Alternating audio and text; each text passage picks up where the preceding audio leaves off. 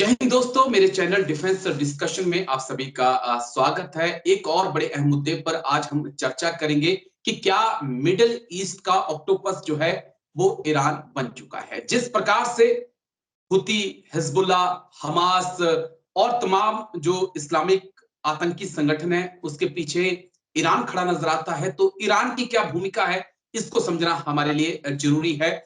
और मेरे साथ में आज खास मेहमान जो आप अपनी स्क्रीन पे देख पा रहे हैं, उन्हें आप बहुत अच्छे से पहचानते होंगे, लेकिन फिर भी मैं इंट्रोडक्शन करवा दूं। ये हैं group captain UK Devnath sir, जाने माने एयरफोर्स ऑफिसर हैं, डिफेंस एक्सपर्ट हैं। सबसे पहले जय हिंद सर, बहुत बहुत शुक्रिया मेरी तरफ से भी और मेरे दर्शकों की तरफ से भी। शुक्रिया सर। जय हिंद राजेश। सर, एक नई टर्म लेके आज मैं आपके पास आया हूं। मैं लगातार पढ़ता रहता हूं, गूगल पे देखता रहता हूं ईरान को लेकर, क्योंकि इलेक्शन वहां पे हो रहे हैं। तो जब मैं छानबीन कर रहा था तो एक ऑक्टोपस नाम का मुझे वर्ड मिला। मैंने उस पर रिसर्च करना शुरू किया कि ये ऑक्टोपस है क्या। फिर पता चला कि ईरान ने, माफ करिए, इजराइल ने ईरान के लिए इस शब्द का इस्तेमाल किया है कि मिडिल ईस्ट का जो ऑक्टोपस है वो ईरान है।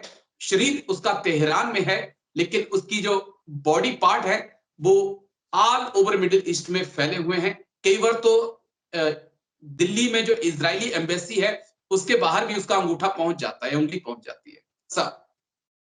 जी हाँ राजेश, ये बहुत ही अनूठा, अजीबोगरीब, प्यारा सा नाम इजराइल के जो डिप्लोमेट्स हैं या इजराइल के जो ईरान विरोधी तत्व हैं उन्होंने ढूंढ निकाला है। ऑक्टोपस, ये पर्यायवाची शब्द है और बहुत ही सुंदर शब्द का इन्होंने इस्तेमाल किया है। देखिए, उनको हमेशा ये लगता है कि ईरान ने शायद पूरे मिडिल ईस्ट को, पश्चिम एशिया को अपनी गिरफ्त में लिया हुआ है। तो वो गिरफ्त में जो लिया हुआ है, चाहे हम उसको 5 उंगल समझे या 8 अंगुल समझे, वो जो है एकदम, उनको लगता है अमेरिका, इजराइल, उनको लगता है कि शायद ईरान ने उनको जकड़ लिया है अपने ऑक्टोपस के 8 हाथों से। तो देखने वाली बात यह है कि ये उनका नजरिया है। जी हम भारत में बैठे हैं। भारत में हम जानते हैं कि हर देश को अपने बचाव के लिए अपने हित में काम करना पड़ता है। अब जहां तक ईरान की बात है, ईरान का दुश्मन मुल्क कोई भी नहीं है, ये समझने की बात है। ईरान का कोई भी दुश्मन मुल्क नहीं है। हाँ, जी इजराइल और अमेरिका ईरान को अपना दुश्मन समझते हैं।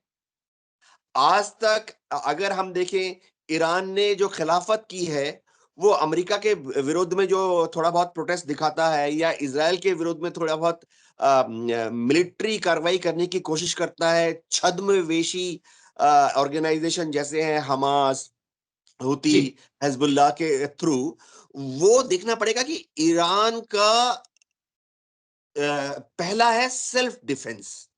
ये ओके। देखना पड़ेगा कि ईरान ऐसे क्यों करता है। क्या ईरान पहले जमाने में ऐसे करता था? शुरुआती दिनों की बात कर रहा हूं मैं, 1930, 40, 50, 60 के दशक की बात कर रहा हूं। ये अचानक कैसे हो गया कि पिछले 2 दशकों में ईरान अचानक से अमेरिका के विरुद्ध इतना हो गया, इजराइल के विरुद्ध इतना हो गया।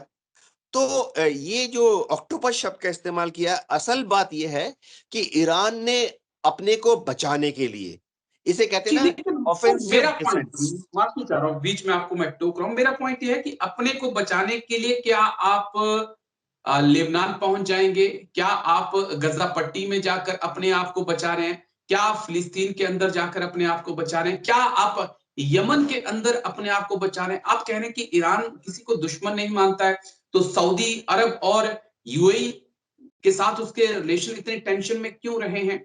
अब पाकिस्तान के ऊपर एयर स्ट्राइक क्यों हुई है? कुछ तो है हाँ, ना सर। ये बहुत अच्छी, देखिए आपको समझना पड़ेगा। देखिए, पाकिस्तान, सऊदी, यूएई, इनके साथ उनका एक डिप्लोमेटिक टेंशन है। जी वो दुश्मन नहीं है। यानी ना तो ईरान ने अपनी फौजों को सऊदी की तरफ कूच कराया, ना ही सऊदी ने अपनी एयरफोर्स को ईरान के विरुद्ध डिप्लॉय किया। ये समझना पड़ेगा। हाँ, डिप्लोमेटिक लेवल पर, पॉलिटिकल लेवल पर इन 2-3 देशों के साथ ईरान की एक तनातनी रहती है कि सब देश चाहते हैं कि वो ही ओआईसी के जितने 55-56 देश हैं, मुस्लिम देश, सब चाहते हैं कि वो उसकी लीडरशिप में रहे। ये जो भी रीजनल एक कॉन्सेप्ट है, रीजनल ताकत, जैसे हम जानते हैं कि भारत भी एक रीजनल पावर बनकर उभर रहा है। यानी ज्योग्राफी में, मैप में भारत का भी एक ऐसा हिस्सा है जहां पे हमारा मैं स्फीयर ऑफ इन्फ्लुएंस तो नहीं बोलूंगा, लेकिन जहां पे लोग हमारी बात सुनते हैं। तो जी इसी तरह से ईरान भी अपना एक स्फीयर ऑफ इन्फ्लुएंस बना रहा है। तो सऊदी से ईरान की दुश्मनी नहीं है, दोनों ने एक दूसरे की तरफ अपनी अपनी मिसाइलें नहीं तैयार लॉन्च की हैं। जी पाकिस्तान में जो है वो एंटी टेररिस्ट एक्टिविटी, ईरान की रेगुलर आर्मी ने अभी तक पाकिस्तान की रेगुलर आर्मी पर हमला नहीं किया, वो दुश्मनी नहीं है। अब मैं आपको एग्जांपल बताता हूं, इस्तेमाल कर ही लेता हूं। हमारी फौज भी कभी कभी टेररिस्ट का पीछा करते करते मणिपुर और नागालैंड में, बर्मा में चलो जग जा ही इंटर रहे, कर आधा जी किलोमीटर 1 किलोमीटर हम घुस जाते हैं। तो वो दुश्मनी। तो आप दोबारा रिकॉर्ड करो, दोबारा रिकॉर्ड कर लो। मैं रिकॉर्ड कर देता हूँ, दोबारा रिकॉर्ड कर देता हूँ। हाँ, मतलब ये हाँ लास्ट वाला अब पार्ट मैं है। इतना पोर्शन काट दूंगा सर, मैं इतना हाँ। पोर्शन काट, आप गला साफ कर लीजिए, मैं काट दूंगा इसको। हाँ, आप स्टार्ट बोलना, मैं स्टार्ट करता हूँ। ठीक है, हाँ। ओके स्टार्ट तो सर। क्या होता है कि जैसे सऊदी में, यूएई में और ईरान में दुश्मनी नहीं है, इस तरह से ईरान और पाकिस्तान में भी दुश्मनी नहीं है। हाँ, डिप्लोमेटिक लेवल पर, पॉलिटिकल लेवल पर तनातनी थोड़ी है, क्योंकि सब देश ये अपने को रीजनल पावर बनाना चाहते हैं। ये हमें समझना पड़ेगा कि ऐसा होता रहता है। देखिए, मैं आपको बता देता हूं कि जी जैसे भारत और बर्मा बॉर्डर है, हमारी जो पुलिस है वो भी कभी कभी आतंकवादियों का पीछा करते करते मणिपुर से और नागालैंड से बर्मा बॉर्डर में आधा किलोमीटर 1 किलोमीटर अंदर जाती है। ओपन ठीक सोर्स है। है, और हम बर्मा को डिप्लोमेटिक चैनल पे बता भी देते हैं। तो इसका मतलब नहीं है कि दुश्मनी है। हाँ, ईरान ने ऑक्टोपस क्यों बनाया ये हमें समझना पड़ेगा। ये समझना ऐसे पड़ेगा कि अमेरिका ने 1979 ईरानियन रेवोल्यूशन के बाद से ही ईरान को अपना दुश्मन मान लिया। जी 1979 से ही ईरान का जो खोमेनी सरकार है, उसको अमेरिका येन केन प्रकारेण उलटने के चक्कर में लगा है। इसमें ठीक है। मदद कौन कर रहे हैं? ईरान के लोग ही, जो कि वहां से भाग गए। ईरान के बुद्धिजीवी सारे भाग गए 1979 के बाद। समाज का ऊंचा तबका सब भाग गए। वहां के जो इंडस्ट्रियलिस्ट थे, अमीर लोग थे, वो सब अपना अपना डॉलर पाउंड लेकर जर्मनी, यूरोप और अमेरिका भाग गए। ये लोग मदद कर रहे हैं। एक और चीज, इजराइल जो है वो अमेरिका के लिए एक जरिया बन गया ईरान को दबाने के लिए। ये समझनी पड़ेगी। इजराइल को अमेरिका इस्तेमाल कर रहा है वहां पर इजराइल को दबाने के लिए।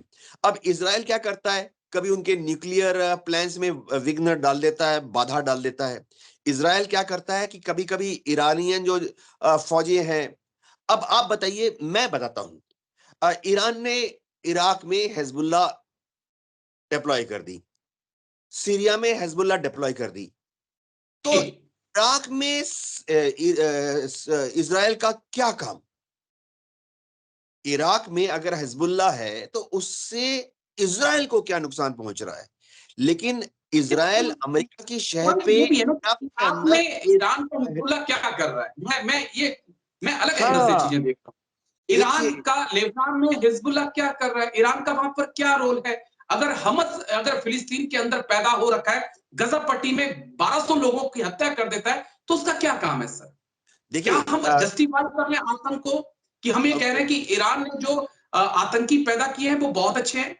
नहीं नहीं नहीं नहीं, ये ना जो अंतरराष्ट्रीय दबाव पैदा किए जाते हैं, मिलिट्री, पैरामिलिट्री और टेररिस्ट आर्मी ग्रुप्स टू के दबाव। आर्मी लड़ ले ईरान, किसने इनकार किया सर? आर्मी टू हाँ। आर्मी कर ले ईरान इजराइल के साथ। हाँ, अभी दम क्या अगर हुआ है मैं बताता हूँ राजेश। गौरतलब बात है कि ऑक्टोपस जो है, इस टेक्निक का इस्तेमाल करते हुए ईरान ने कितनी बड़ी सफलता हासिल की है, ये देखना पड़ेगा। डिस्प्रोपोर्शनेटली हाई सफलता।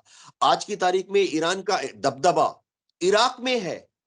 इराक जी में दमस्कस के अलावा, राजधानी के अलावा कहीं पर भी अमेरिका की फौज का कोई भी अफसर बाहर, कैंप के बाहर कदम नहीं रख सकता। सीरिया में और लेबनान में हिजबुल्लाह की वजह से ईरान पूरी तरह से हावी है। यमन का केस हम देख चुके हैं, हुती वाला। तो मेरे ख्याल से from Iranian point of view okay. उनको बहुत बड़ी कामयाबी मिली है विद वेरी लिटिल इन्वेस्टमेंट और बहुत ही मामूली खतरा लेकर।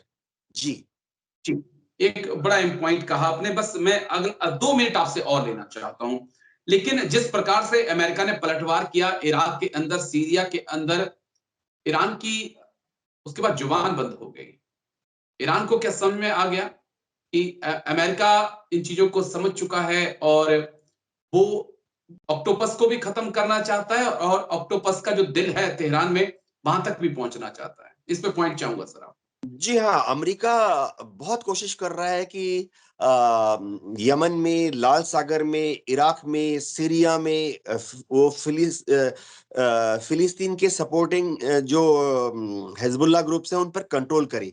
बीच बीच में अमेरिका इराक में या सीरिया में जो ईरानियन रिवोल्यूशनरी गार्ड के अफसरान हैं, top commanders, generals, major generals, colonels, उनको भी हिट कर रहा है। लेकिन समझना पड़ेगा दो चीज, इससे ईरान को कोई नुकसान नहीं पहुंच रहा है। ईरान जो कर रहा है करता रहेगा और इससे अमेरिका जीतेगा भी नहीं वहां पर। दूसरी चीज, अमेरिका की हिम्मत नहीं है, मैं एज ए मिलिट्री स्ट्रेटेजिस्ट बोल रहा हूं, कि वो ईरान पर डायरेक्ट हमला कर दे। क्योंकि जिस दिन अमेरिका ने डायरेक्ट हमला ईरान पर किया, ईरान ने फारस की खाड़ी में जो स्ट्रेट ऑफ हार्मूज है उसको चोक कर देना है। जरूरत पड़ी जी तो वो वहां पे अपने 5-6 शिप्स को डुबा देंगे और उसी के साथ पूरी वहां जितनी कच्चे तेल का आयात एक्सपोर्ट है रिफाइनरीज के लिए दुनिया भर के, उसमें से कुछ अमेरिका की तरफ जाता है, कुछ जापान की तरफ जाता है, कुछ यूरोप की तरफ जाता है, वो सारा ठप पड़ जाना है। तो America military point of view से कभी भी ईरान पर डायरेक्ट हमला नहीं करेगा। ठीक है सर, चलिए बहुत बहुत शुक्रिया सर, आपका बहुत बहुत शुक्रिया। थैंक यू इसके लिए, तमाम पहलू आपने इतनी बारीकी से समझाए। जय Hind sir, thank you, thank you. जय हिंद राजेश।